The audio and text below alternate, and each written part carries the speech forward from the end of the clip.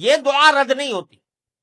اور یہ دعا ضرور قبول ہوتی ہے بشرطے کہ مانگنے والا ہو۔ بہت سی دعائیں جو ہم دنیا کے لیے مانگتے ہیں کہ یا اللہ ہمارا روزگار لگ جائے، ہماری دولت میں اضافہ ہو جائے، اس میں ضروری نہیں کہ اللہ تبارک و تعالیٰ وہی چیز دے دیں جو آپ نے مانگی ہے، اس لیے کہ بعض اوقات اللہ تعالیٰ کے علم میں ہوتا ہے کہ یہ چیز اس کو دیں گے تو اس کے لیے نقصان دہ ہوگی، کوئی اور چیز دے دیتے ہیں، اس سے اچھی چیز دے دیتے ہیں۔ بعض مرتبہ آدمی مانگتا ہے کہ مجھے میری دولت میں اضافہ ہو جائے، لیکن اللہ تعالیٰ جانتے ہیں کہ اس کی دولت میں اضافہ ہوگا تو پتہ نہیں یہ کس وادی میں جا کے گرے گا، لہذا وہ نہیں دیتے اس کو، لیکن دعا کا ثواب اس کو دے دیتے ہیں۔ اسی طریقے سے بعض اوقات دنیا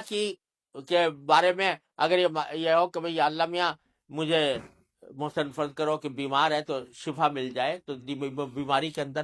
بعض اوقات اللہ تعالیٰ جانتے ہیں کہ اس کا بیمار رہنا ہی اس کے حق میں زیادہ فائدہ مند ہے، تو وہ بعینی وہ چیز نہیں دیتے لیکن اس سے اچھی چیز عطا فرما دیتے ہیں۔ یہ اللہ تبارک و تعالیٰ کی سنت ہے دنیاوی چیزوں کے بارے میں۔ لیکن اگر کوئی ہدایت مانگے سچے دل سے، یا اللہ مجھے ہدایت دے دے، یا اللہ مجھے سیدھے راستے پر چلنے کی توفیق دے دے، یا اللہ میری اولاد کو سیدھے راستے پر چلنے کی توفیق دے دے، تو یہ دعا رد نہیں ہوتی، اور یہ دعا ضرور قبول ہوتی ہے بشرطے کہ مانگنے والا ہو، سچے دل سے مانگے، خشوع کے ساتھ مانگے، اللہ تعالیٰ سے مانگنے کے انداز میں مانگے، تو اللہ تبارک و تعالیٰ وہ دعا رد نہیں فرماتے۔ بلکہ میرے شیخ حضرت عارفی رحمۃ اللہ علیہ فرمایا کرتے تھے کہ اپنے اللہ میاں سے جب کوئی مانگو تو مچل کر مانگا کرو،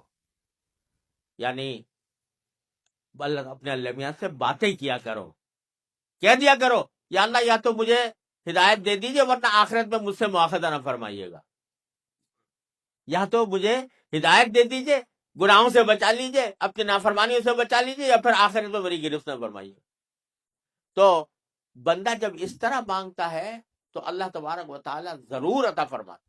ہدایت ملتی ہے، اور ساتھ ساتھ یہ کہ وہاں پر آپ کے لیے ایک عذر ہو جاتا ہے کہ یا اللہ میں نے تو آپ سے مانگا تھا اور کہا تھا کہ مجھے ہدایت دے دیجیے، میرے گناہ چھوڑوا دیجیے مثلا۔ تو آدمی اپنی سی کوشش کرے اور باقی کام کے لیے دعا کرے، صرف دعا بھی کافی نہیں ہوتی، اپنی سی کوشش بھی ضروری ہے۔ ایسا نہیں کہ صرف دعا ہی پر اکتفا کرے، بلکہ تھوڑا سا طلب اس کے اندر پیدا ہو، کہ طلب بھی ہو،